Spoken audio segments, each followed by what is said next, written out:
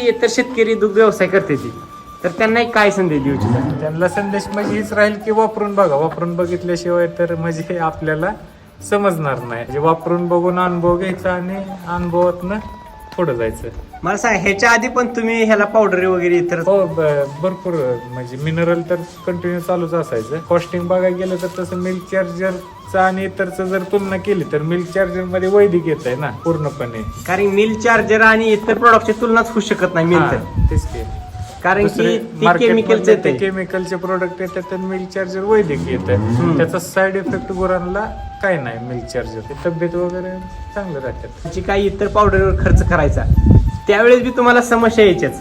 हो, 100%. बरोबर.